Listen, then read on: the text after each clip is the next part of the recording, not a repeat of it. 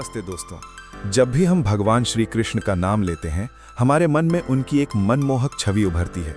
Sir पर मोर पंख और हाथों में वो प्यारी सी बांसुरी।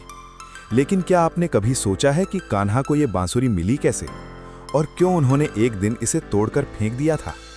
आज की इस वीडियो में हम जानेंगे कृष्ण जी और उनकी बांसुरी की वो अनसुनी कहानी जो आपका दिल छू लेगी।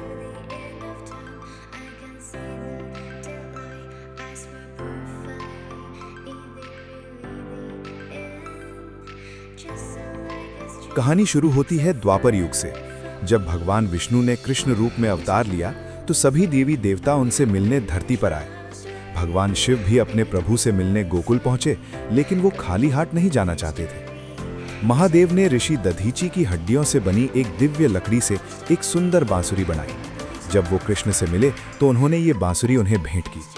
कहते हैं वही बांसुरी कृष्ण की सबसे प्रिय साथी बनी, जिसकी धुन पर पूरा ब्रज झूम उठता था। बांसुरी कृष्ण के लिए सिर्फ एक साज नहीं, बल्कि एक गहरी सीख थी। एक बार बांसुरी ने कृष्ण से पूछा कि मैं तो सिर्फ एक सूखी लकड़ी हूं, फिर भी आप मुझे इतना प्रेम क्यों करते हैं?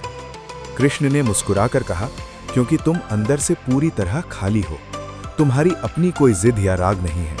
जब मैं फूंक मारता हूं, तुम वैसा ही बचती हो।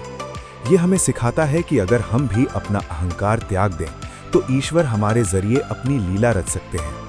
लेकिन इस कहानी का एक भावुक मोड़ भी है। जब राधा रानी ने अपने शरीर का त्याग करने का फैसला किया तो कृष्ण उनके पास पहुंचे। राधा ने अपनी आखिरी इच्छा जताई कि वो एक बार फिर कान्हा की बांसुरी की धुन सुनना चाहती है। कृष्ण ने ऐसी धुन बजाई कि राधा पूरी तरह दिव्य प्रेम में लीन हो गई और उन्होंने अपने प्राणों का त्याग कर दिया। राधा के जाने के दुख में कृष्ण ने उस बांसुरी को तोड़कर झाड़ियों में फेंक दिया। उस दिन के बाद कृष्ण ने पूरी जिंदगी कभी कोई बांसुरी नहीं बजाई। दोस्तों, बांसुरी हमें एक बड़ा सबक देती है। बांसुरी में 7 छेद होते हैं। ये हमारी 5 इंद्रियां, मन और बुद्धि का प्रतीक हैं। अगर हम अपने अंदर के क्रोध, लोभ और मोह को निकालकर खाली हो जाएं, तो ईश्वर हमारे जीवन में भी संगीत भर सकते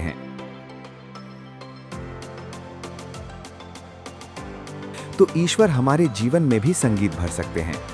कृष्ण की बांसुरी की धुन असल में ओम की धुन थी, जो पूरे ब्रह्मांड का आधार है। दोस्तों, ब्रज में जब कृष्ण बंसुरी बजाते तो सिर्फ इंसान ही नहीं, पशु पक्षी और नदियां भी रुक जाती थीं। यमुना जी का पानी उल्टा बहने लगता था।